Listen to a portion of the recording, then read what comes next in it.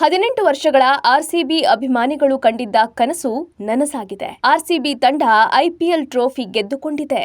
ದೇಶಾದ್ಯಂತ ಅಭಿಮಾನಿಗಳ ಸಂಭ್ರಮ ಮುಗಿಲು ಮುಟ್ಟಿದೆ. ಈ ಸಂಭ್ರಮವನ್ನ ಅಭಿಮಾನಿಗಳ ಜೊತೆ ಆಚರಿಸಲು ಆರ್ಸಿಬಿ ಇಂದು ಬೆಂಗಳೂರಿನಲ್ಲಿ ವಿಜಯೋತ್ಸವ ಮೆರವಣಿಗೆಯನ್ನ ಆಯೋಜಿಸಿದೆ. ಅಹಮದಾಬಾದ್ನ ನರೇಂದ್ರ ಮೋದಿ ಕ್ರೀಡಾಂಗಣದಲ್ಲಿ ಜೂನ್ 3ರಂದು ನಡೆದ ಫೈನಲ್ ಪಂದ್ಯದಲ್ಲಿ ಆರ್ಸಿಬಿ ತಂಡವು ಪಂಜಾಬ್ ಕಿಂಗ್ಸ್ ತಂಡವನ್ನ ಸೋಲಿಸುವಲ್ಲಿ ಯಶಸ್ವಿಯಾಯಿತು.